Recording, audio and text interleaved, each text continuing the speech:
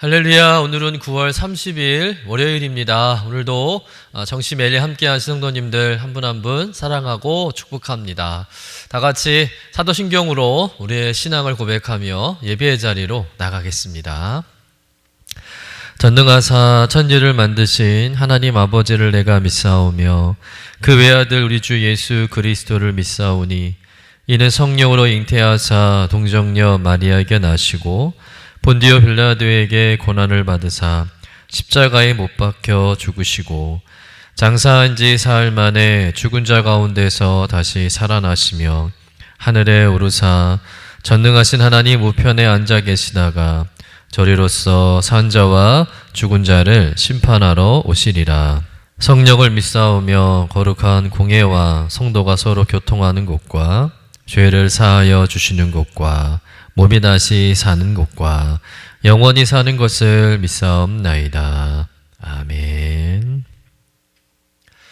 다 같이 찬송가 421장 내가 예수 믿고서 우리 함께 찬송하겠습니다.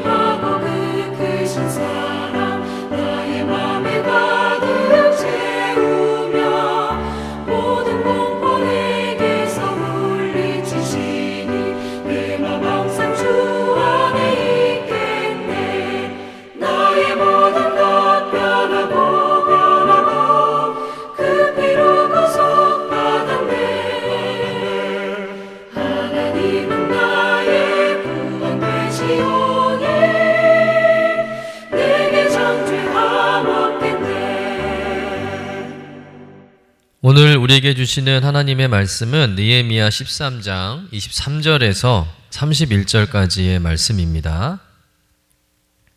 함께 받들어 읽겠습니다.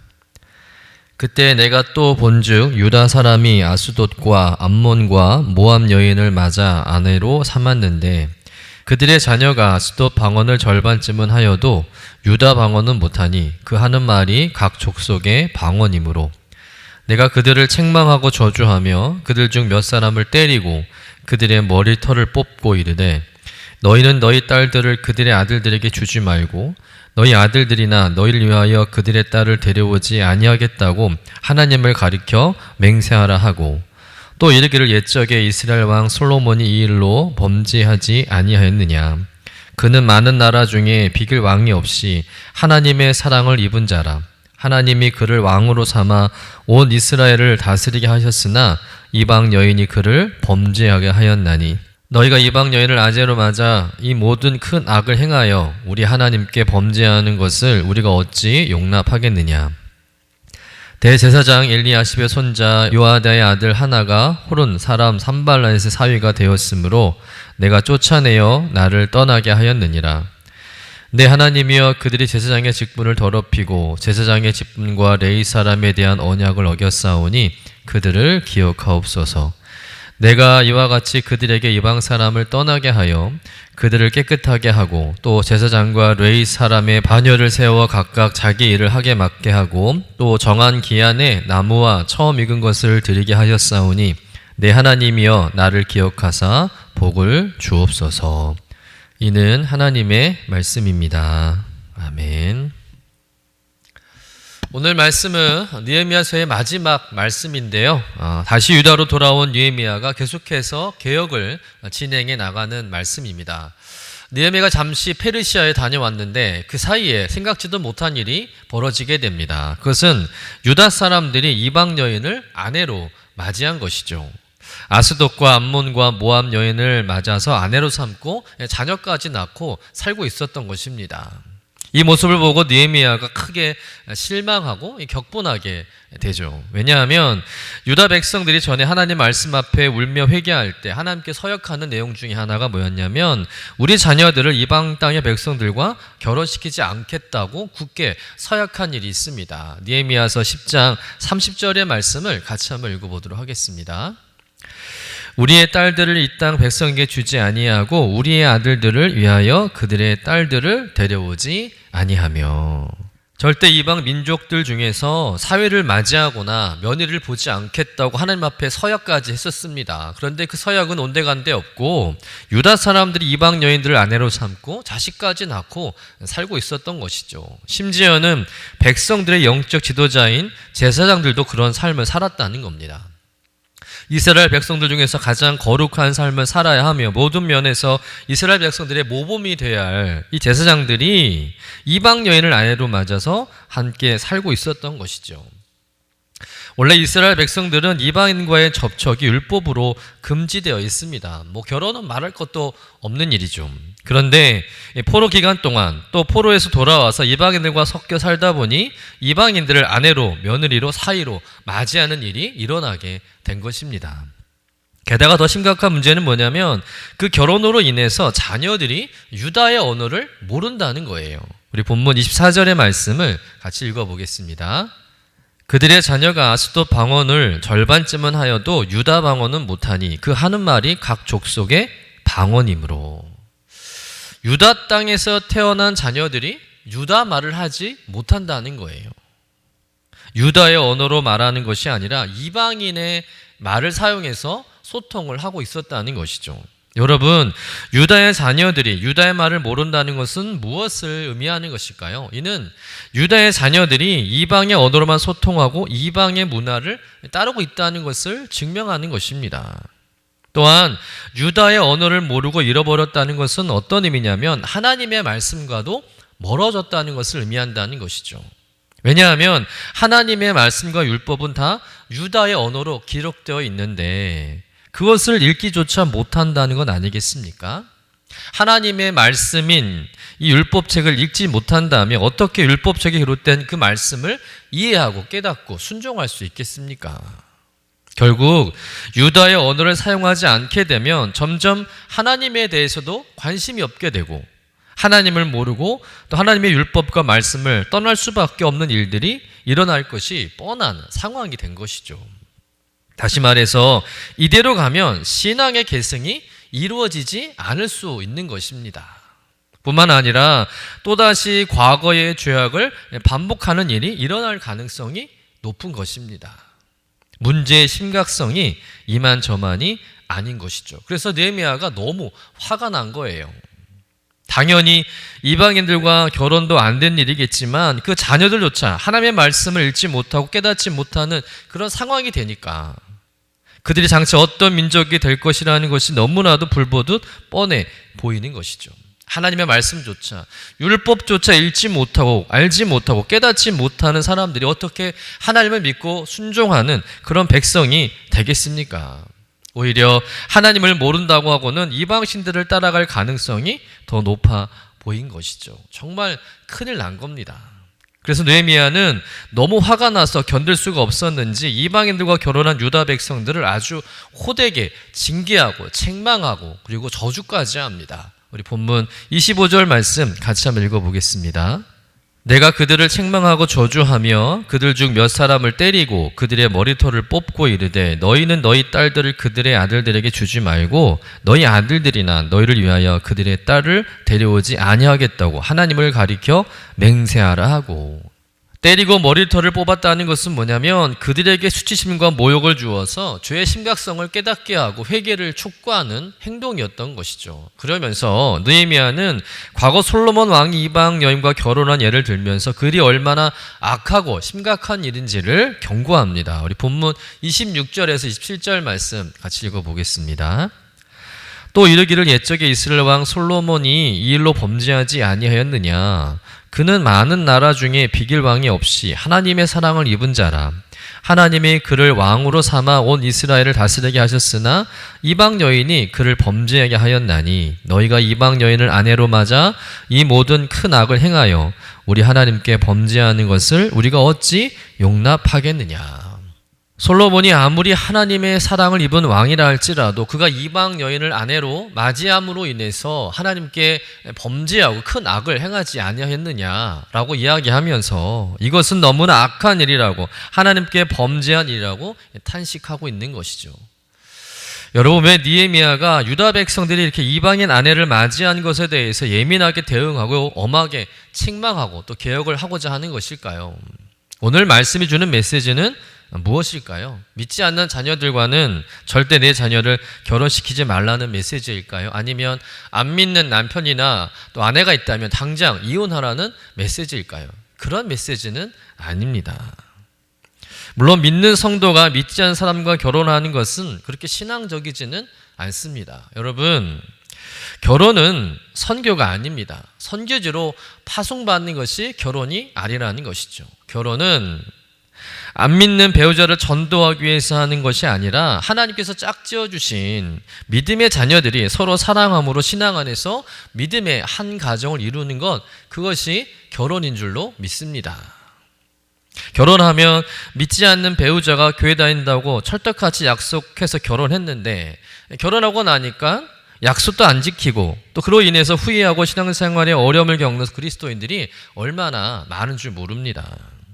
물론 배우자가 불신자였지만 결혼해서 신앙생활을 잘하는 그런 경우도 있지만, 그러나 대부분은 그렇지 못한 것이 현실이라는 것이죠.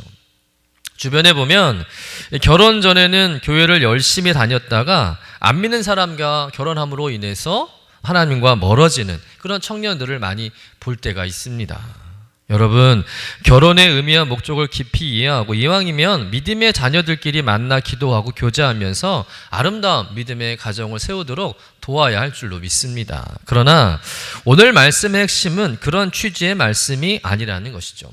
이 당시 이스라엘의 영적 상황을 잘 이해하면서 풀어가야 하는 말씀입니다.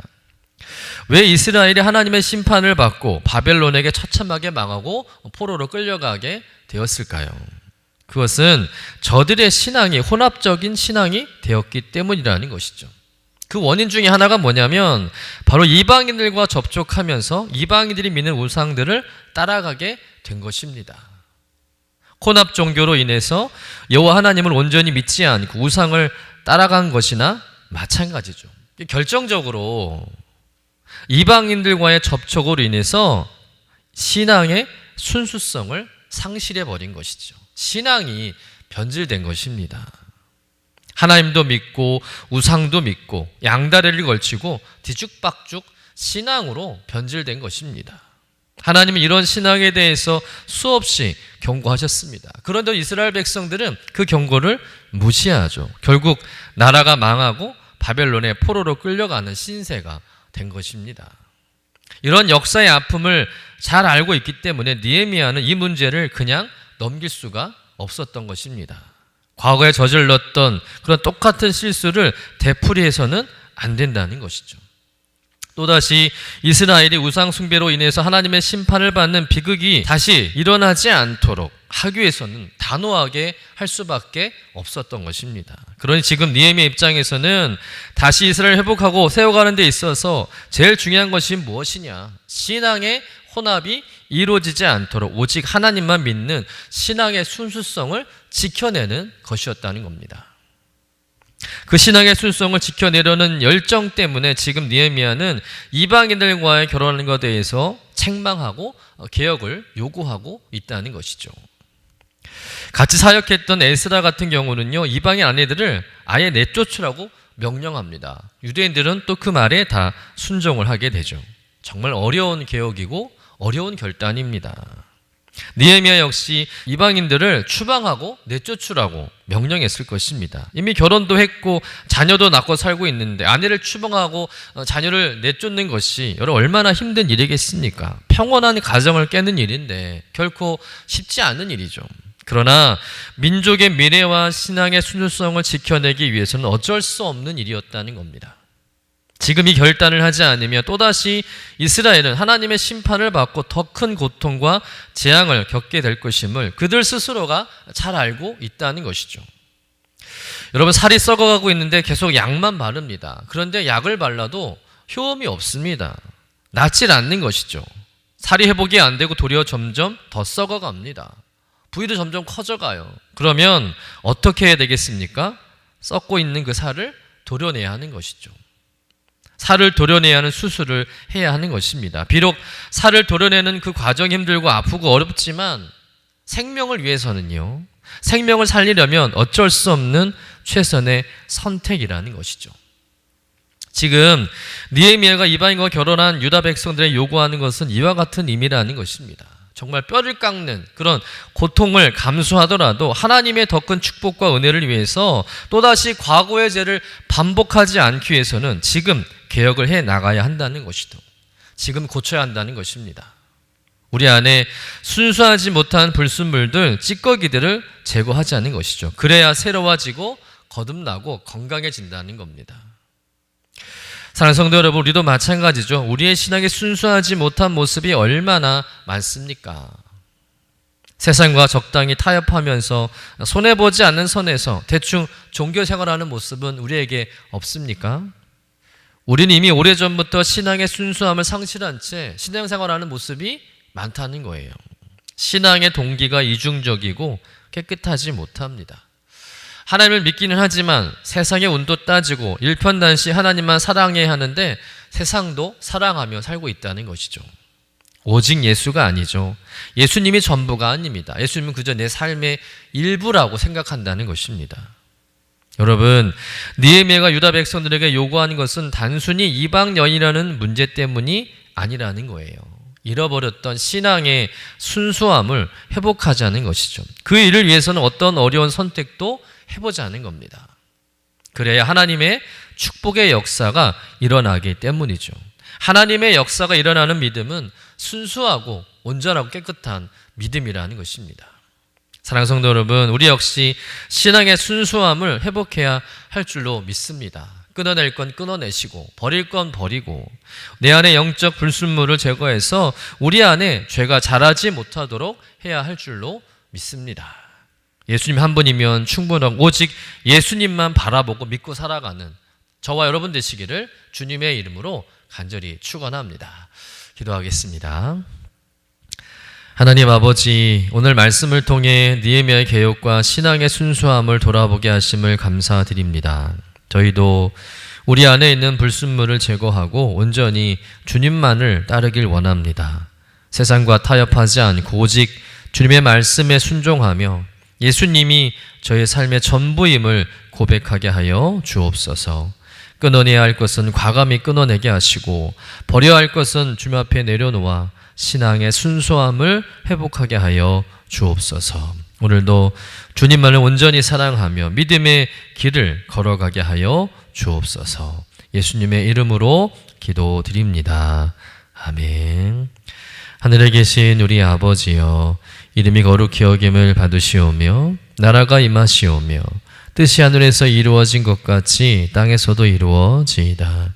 오늘 우리에게 일용할 양식을 주시옵고 우리가 우리에게 죄 지은 자를 사하여 준 것 같이 우리 죄를 사하여 주시옵고 우리를 시험에 들게 하지 마시옵고 다만 악에서 구하시옵소서. 나라와 권세와 영광이 아버지께 영원히 있사옵나이다. 아멘.